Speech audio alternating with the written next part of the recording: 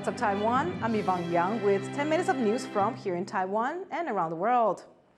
Online rumors claim that Beijing wants hundreds of Taiwanese veterans to attend a military academy anniversary event in China.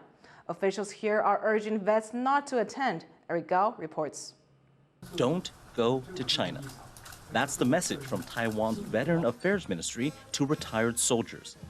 It comes as reports surface online that China wants 500 Taiwanese veterans to attend events marking the 99th anniversary of a military academy. Beijing claims Taiwan as its own, and officials here say this invitation is part of United Front unification tactics. 少数黄埔先进却因为贪图落地招待等蝇头小利，落入中共的统战圈套。 The Huangpu Military Academy is marking its 99th anniversary in June. It was founded in 1924 under the leadership of Republic of China founder Sun Yat-sen. After the Chinese Civil War, the nationalist government relocated the academy to Kaohsiung in southern Taiwan. Since then, the original has only been used as a propaganda tool by the Chinese Communist Party. 我们是正统，那一些留在大陆的，大概都是腹诽的或是投降的分子，忠贞的都到台湾来了。 While officials are urging veterans not to go, the government has no way to enforce this as a rule, and therefore isn't technically able to do anything to stop them. 如果真的要到大陆去，那不要做出让国人非常伤心或者是愤怒的事情。 This online recruitment drive for Taiwan's veterans supposedly closes at the end of March. The government here is looking into who is behind the plan and who's funding it. Meanwhile, Taiwan is planning its own commemorative events for Huangpu Academy, which will celebrate its 100th anniversary next year. Eason Chen, Sam Hui, and Eric Gao for TaiwanPlus. A Taiwanese soldier who went missing from the outlying islands of Jinmen is confirmed to be in China. The soldier was reported missing from his post on Jinmen's Erdan Island last week. Erdan lies just 4 kilometers from the Chinese coast. Reports emerged on Friday that the soldier may have swum to China. Taiwan's government has now confirmed this. The head of Taiwan's top body overseeing relations with China, Chiu Tai-san, said they had received confirmation over the weekend. But Chiu did not comment on if or when the soldier will be returned to Taiwan, saying only that Chinese authorities are still investigating the matter. Southern Taiwan is facing a historic drought. As levels drop in the area's biggest river, authorities are channeling water to help local farmers. Stash Butler has this report. This rice field in southern Taiwan looks lush enough, but a closer look and the effects of drought become clear. The farmer here in Qishan is digging wells to beat the dry spell. He says finding water is tough at the best of times. 正常有水的时候就已经抢不到水了，缺水的时候更抢不到，就抽井水啊，不然就从另外口外的水把下游的引上来。 Qishan is in Kaohsiung, one of 4 areas in southern Taiwan facing a drought. Farmers in this part of the country rely on water from the Gaoping, Taiwan's second biggest river. But that river is drying up. The Gaoping just had its driest January on record, and March is looking even worse. Officials say they're laying pipes to bring water from the neighboring county, Pingdong. 高屏溪川流水因为久旱不雨，所以逐步的一个减少。那为因未来的一个用水需求，所以我目前就是以多调水的方式，从屏东地区的加工出口园区调既有的水井，然后把它送到高雄市。 Those pipes should be completed by the end of April. But environmentalists say the bigger issue for farmers is local industry taking water intended for public use, effectively cutting in line in front of the agricultural sector. 旱灾来的时候，既然公共用水都比农业用水优先，那所以公共用水里面的，不管你是民生的，还是工业区的，还是科学园区的，就通通一起比农业用水优先。那这个我们是认为是有问题的啦。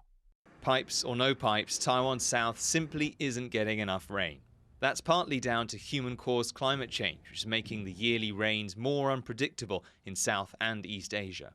In Taiwan, authorities hope temporary measures can beat the drought until heavy rains, which are expected to arrive around May. And for farm workers in the area, the sooner that rain comes, the better. Leon Lian and Stash Butler for TaiwanPlus. Taiwan's water crisis has put the spotlight on the nation's reservoirs. some of which have been around for nearly 100 years. In one rural village in the south, they revere the Japanese man who they call the father of Taiwan's irrigation. Sally Jensen went there to learn more. This is the father of Taiwan's irrigation. He wasn't born in Taiwan, but over 1,000 kilometers away in Kanazawa, Japan. His name was Yoichi Hata. Hata came to Taiwan during the Japanese occupation as an official, but Taiwanese people still respect him for his contributions to hydraulic engineering. The water systems he put in place have been essential for growing the country's staple crop, rice. People still come here to Wushantou Reservoir in Tainan to pay their respects over 80 years after Hata's death. But the Japanese occupation of Taiwan and the mega projects it brought came at a high human cost. So why do people still love him so much? The plains of Jiayi and Tainan were once barren land prone to droughts and floods. Hata is credited with transforming them into fertile farmland. He constructed the irrigation system known as the Jianan Waterworks and changed the lives of around 600,000 farmers. Every year, a memorial service is held near his former residence here in Tainan.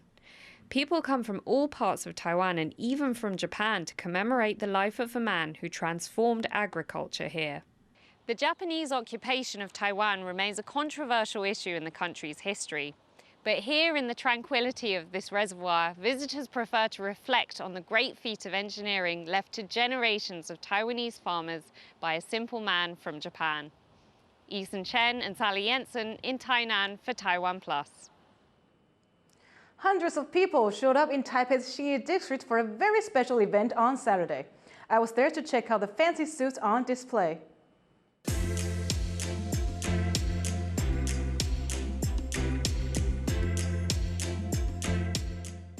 I'm walking on the street in Taipei's Xinyi district. You may wonder, have I stumbled into a massive fashion show? But no, this is the 2023 Suit Walk. And as you can see, attendees are showing off their unique outfits. It's the 10th anniversary of the GQ Suit Walk. The organizer hosts the event to promote suit culture, encouraging people to wear suits in their daily lives. It's the first walk since the COVID mask mandate was lifted, but one participant decided to wear one anyway.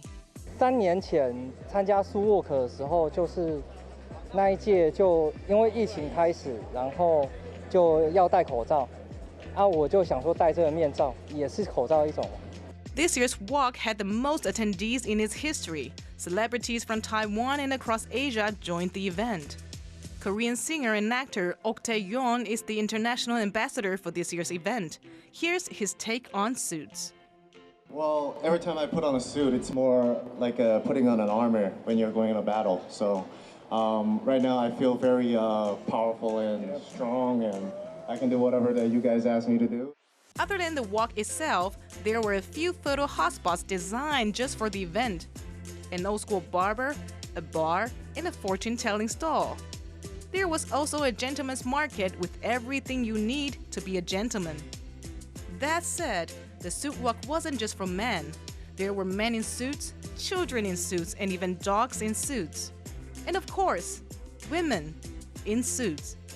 Several female attendees were there, rocking their outfits. 我今天的造型是以一个比较混搭的感觉，然后就是走比较运动风嘛，有一点运动混搭的感觉，对，然后就是以比较夏天的色系为主。The 2023 Suit Walk proves that suits aren't just for gentlemen, but for all genders and all ages. Thank you for watching What's Up Taiwan. Remember to download the TaiwanPlus app for more stories from Taiwan and around the world. Finally, we'll leave you with images of a wood maker's exhibition in Saudi Arabia.